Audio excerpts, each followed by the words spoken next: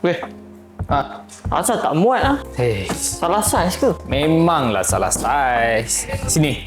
Aku nak ajar kau cara sebenar nak ukur saiz kotak dan barang. Kau kena ambil 3 benda penting ni, iaitu panjang, lebar dan juga tinggi. Dekat mana panjang? Panjang dekat belah sini.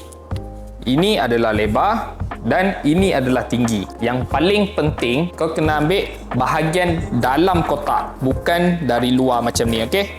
Kalau dari dalam, kau kena buka. Ini 310 dan ini 220. Kalau tinggi pula